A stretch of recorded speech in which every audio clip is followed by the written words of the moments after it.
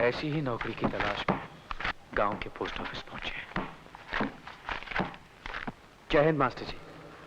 अरे शिवा, तुम? मास्टर जी, सुना है आपके इस पोस्ट ऑफिस में एक नौकरी खाली है। जगह तो है बेटा, लेकिन वो नौकरी तुम्हारे लायक नहीं। अरे नहीं मास्टर जी, अब हर जगह हमरे लायक है। 6 महीने से काम के वास्ते भटकते भटकते हमारी जूदी घिस गई है मास्टर जी। जब हम देखते हैं कि पिताजी पेट काट काट कर एक एक पैसा बचाते हमरे वास्ते, तो हमरे हलक से निवाला तक नहीं उतरता मास्टर जी। मैं तुम्हारा दर्द समझता हूँ शिवा।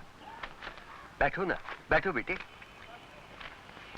बेटा, इस गांव में रखा क्या है? न मिले न फैक्ट्रियां, सिवाय खेत के मजदूरों के और किसी को काम पाते हुए देखा है? पर यह गांव छोड़कर हम जाएं कहां? अरे बेटा, दिल्ली, बंबई, कलकत्ता कहीं भी जाओ, वहीं काम है, वहीं पैसा है। देखो बेटा, अगर जिंदगी में कुछ बनना चाहते हो तो ये गांव छोड़ दो। अब ये गांव सिर्फ बूढ़ों के रहने के लायक रह गया है।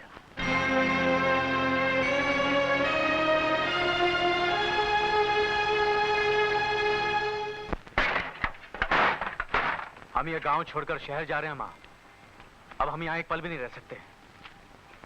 12 बजे की गाड़ी है, बाबूजी से कह देना। अरे शिवा, ऐसा हुआ क्या है गांव में? जानता है तेरा भाई भी। खबरदार, जो उस नालायक का नाम लिया इस घर में, वो मर चुका हमारे लिए। और बेटा, तुझे क्या हुआ? तुझे शहर जाने की क्या सूझी? बेकार रहकर हम इस गांव में क्या करेंगे? पर हम शहर जाएंगे, एक अच्छी सी नौकरी ढूंढेंगे, फिर आप दोनों को वहीं बुलवा लेंगे और मजे से रहेंगे वहां। बाबूजी, आपको भी अभी रिटायर हो जाना चाहिए। ये उम्र क्या काम करने की है? हमें अच्छा नहीं लगा था माँ कि बाबूजी दिन रात काम करें और हम घर में बैठकर हराम की रोटी तोड़ें। बेटा, मैंने कोई शिकायत की? अपनी माँ से पूछ, उसने कोई शिकायत की? आपके शिकायत ना करने से कहा होता है बाबूजी। बेटे, हमारा दम घुटत है इस गांव में बाबूजी। हम जानते हैं कि हम बहुत बड़े आदमी बन सकते हैं, हमें सिर्फ एक मौका चाहिए। आप नहीं चाहते कि आपका बेटा बड़ा आदमी बने? हमारे सवाल का जवाब है आपके पास तो दीजिए। हम ये गांव छोड़कर हरगिज नहीं जाएंगे।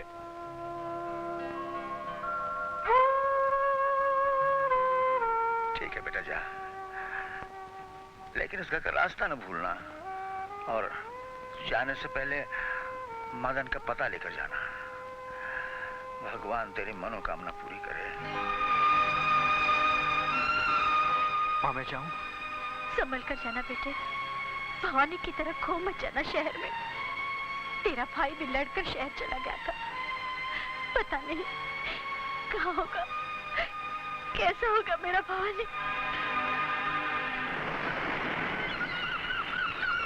आप लोग सोच रहे होंगे कि ये अर्जेंट मीटिंग मैंने किस लिए बुलाई है। मेरे पास आपके लिए एक बड़ी अच्छी खबर है, और आप सबके लिए बड़े फायदे की। पठान शेर खान का भेजा हुआ 10 करोड़ का सोना हमारे पास माड आइलैंड से 25 मील अंदर समंदर में पहुंच रहा है। इसे हम अपनी कश्ती में लाएंगे, और ये कार्रवाई ऑपरेशन ड्रैगन के नाम से जानी जाएगी। और सबको ये जानकर बड़ी खुशी होगी कि इस ऑपरेशन से हमें कम से कम 5 करोड़ का फायदा होगा।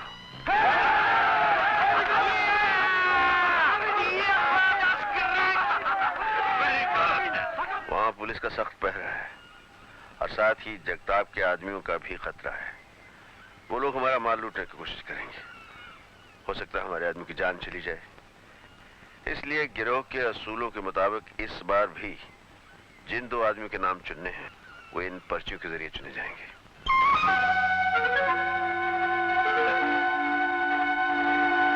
इसलिए कि अगर इस ऑपरेशन में किसी की जान गई तो उसे और उसके हमदर्दों को इस बात का एहसास रहे कि उसकी मौत तकदीर ने चुनी है, हमने नहीं। और दूसरा, इस गिरोह का जो असूल है वो तो आप लोग अच्छी तरह जानते हैं।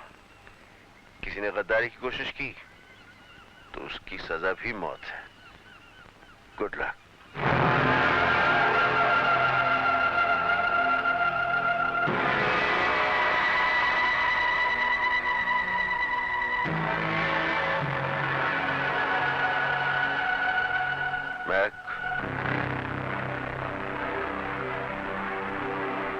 बाबू, दूसरी पर्ची तुम उठाओ।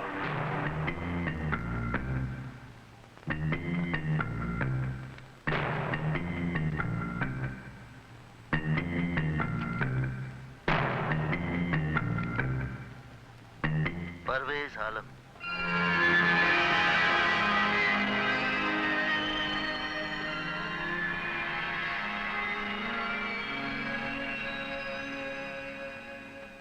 अब्दुल।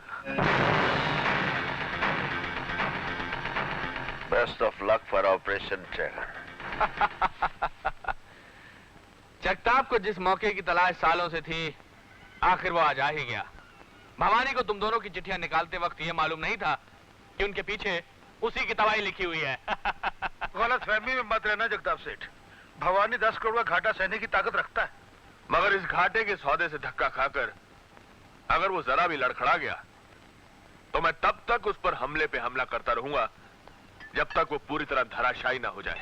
पर जगताप सेठ, भवानी को हमारे बारे में मालूम नहीं होना चाहिए, वरना वो तो हमें पाताल से भी निकाल कर मार डालेगा। डरो मत, मैंने एक ऐसा प्लान बनाया है कि किसी को तुम पर रत्ती भर भी शक नहीं होगा। जैसे ही तुम सोने का स्टीमर लेकर बंबई के नजदीक पहुंचोगे तो मैं समुद्र के अंदर मेरा एक खास आदमी मिलेगा। उसका नाम है दलिया।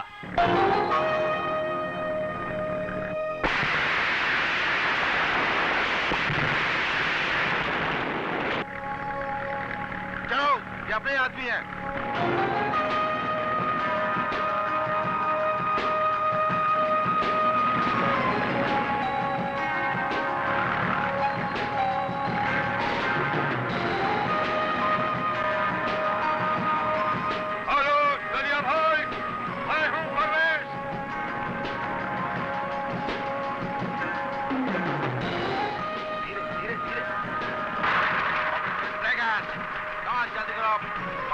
माल ये नकली सोना बड़ी बोट में डाल दो और असली सोना मेरी बोट में। जल्दी करो, शाबाश। जल्दी करो बच्चों, अरे आप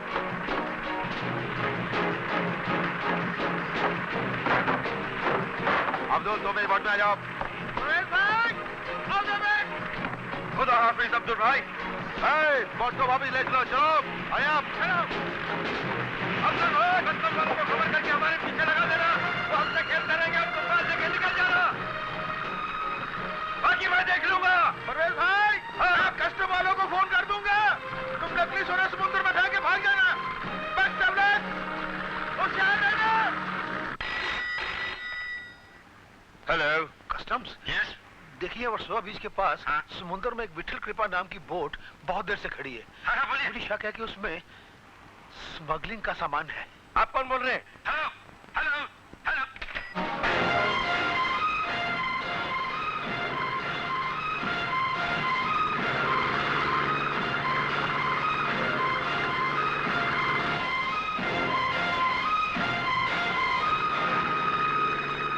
आ गए साले।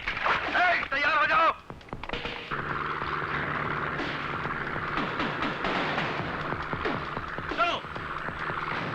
जल्दी करो, ये वही बोट है। जल्दी जल्दी आगे जाओ।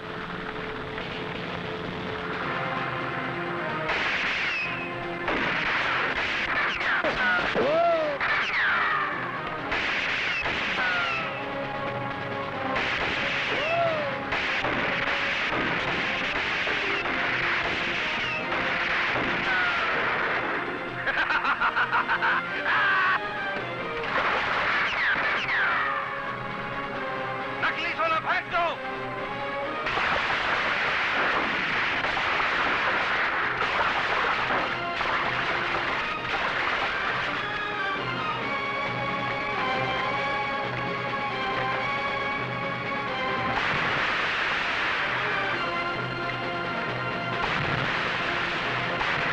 भाईजान, भाईजान, क्या हुआ? गजब हो गया भाईजान। कस्टम वालों ने छापा मारा और सारा माल दरिया में फेंका पड़ा। सैनिकों को खौफ का 10 करोड़ का नुकसान हो गया भाईजान। परवेज कहाँ है? उसे मैंने कहा है जी, जब तक पुलिस का हल्ला गुल्ला खत्म नहीं हो जाता तुम वर्सोवा के बंगले में छिपे रहो।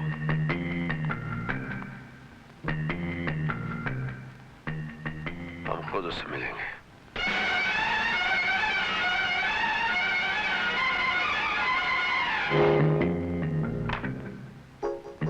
अरे क्या हो परवेज, तुम्हारा चेहरा? आप यहाँ? मैं तुम्हें खुशखबरी देने आया हूँ कि अपना माल मिल गया। क्या? हाँ, मछेरों की मदद से तुम्हारा समुद्र में फेंका हुआ माल हमने बरामद कर लिया है। यूं समझो आज तुम्हारी बहादुरी की वजह से हमारा माल हमें मिल गया, वरना हमारा सिंडिकेट बर्बाद हो जाता।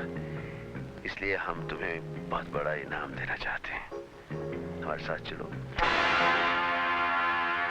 हिलना नहीं, मैं नहीं आ सकता तुम्हारे साथ। मुझे तुम पर और अब्दुल पर पहले से शक था, इसीलिए मैंने सोना तुम्हारे हवाले किया था कि तुम्हारी गद्दारी तुम्हारे हाथ। मेरा भरोसा कितने में बेचा जगताप के पास?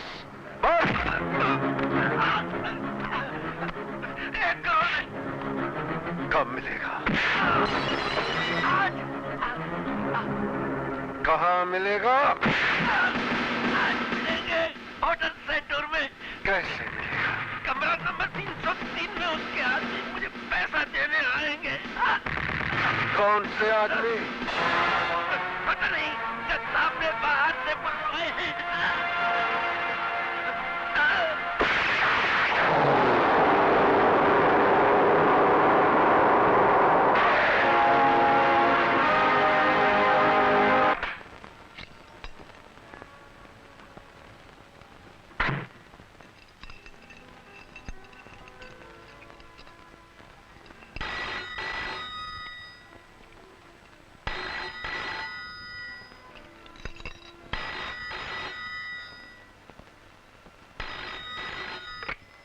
हेलो सर, मिस अनीता आपसे मिलना चाहती हैं। कौन अनीता? मैं उनकी साली हूँ, मिसेस परवेज आलम की बहन। वो कह रही वो आपकी साली हैं और उन्हें आपसे जरूरी काम है।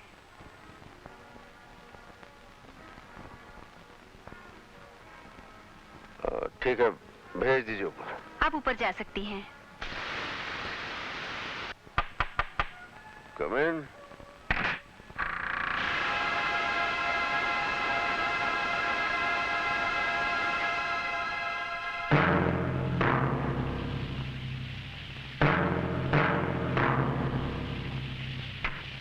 कौन है? मैं अनीता। कहो नहीं तो क्या बात है? दीदी का अस्पताल में देहांत हो गया, उनका एक जरूरी पैगाम देना है। कैसा पैगाम?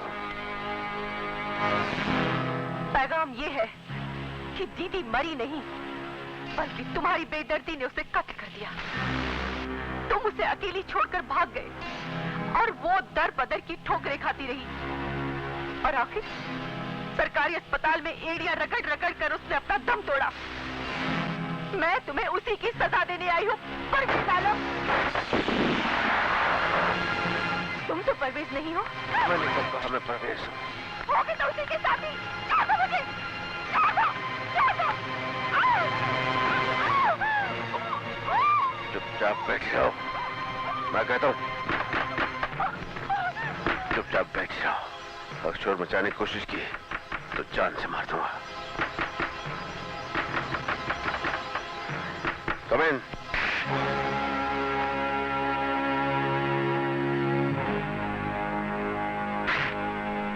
हमें परवेज आलम से मिलना है। मैं परवेज हूँ।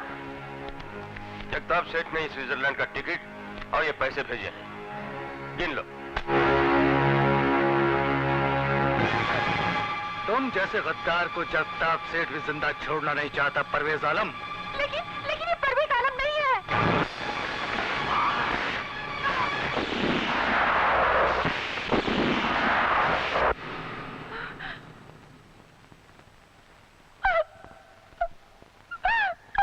ये रोना धोना छोड़ो, इससे पहले इनका दूसरा कोई साथी यहाँ आ जाए तुम यहाँ से निकल जाओ। और सुनो, एक बात का ख्याल रहे, ना तो तुमने कोई खून होते देखा है और ना किसी खूनी को देखा है।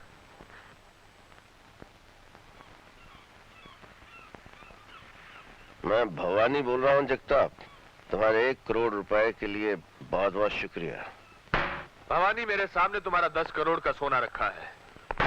तुम्हें 1 करोड़ रुपया देकर तुमसे 10 करोड़ के सोने का सौदा करना मुझे अच्छा लगा। मैं ऐसे सौदे करने के लिए हमेशा तैयार हूँ।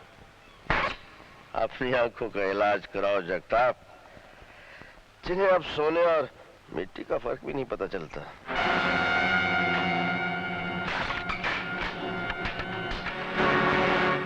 हरामजादों, 1 करोड़ देकर मिट्टी लेकर आए हो। भाग यहाँ से। आउट। भवानी, तूने बुरे घर न्योता दिया है, मैं तुझे देख लूंगा। कुछ समझ में आया असली गद्दार कौन है? अब्दुल। अब्दुल? हाँ, अब्दुल, तुम्हारा भाई।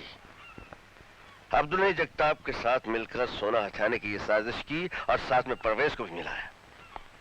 जब मुझे शक हुआ तो मैंने अर्जेंट मीटिंग बुलवाकर नकली सोना मंगवाने की ये चाल चली। तो फिर उन्हीं दोनों के नाम की पर्चियां कैसे निकली? इसलिए कि हर पीली पर्ची पर परवेज का नाम था और हर गुलाबी पर अब्दुल का। लेकिन भाई जी, आपने गद्दार को जाने क्यों दिया? खलास कर देना था उस साले को। मुंबई जैसे बड़े शहर भी कमाल के होते हैं। आदमी सड़क पर चल रहा होता है खुशी खुशी, ये सोचकर कि उसने मौत की आंखों में धूल झोंक दी।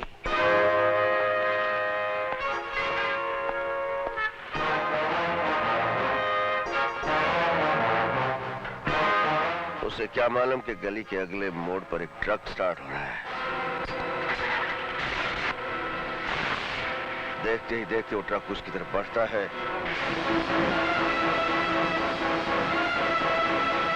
और वो ट्रक यमराज का रूप धारण कर लेता है।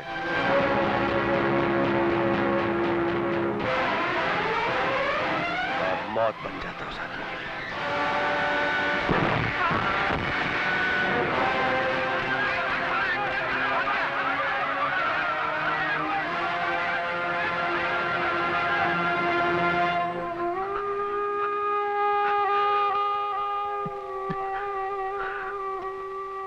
हमारी दुनिया में खून के रिश्ते नहीं चलते, वफा के रिश्ते चलते हैं। मेरा तो इस दुनिया में कोई है नहीं। हाँ, अगर आज अब्दुल की जगह मेरा भाई भी होता तो उसके लिए भी मैं यही सजा तजवीज करता।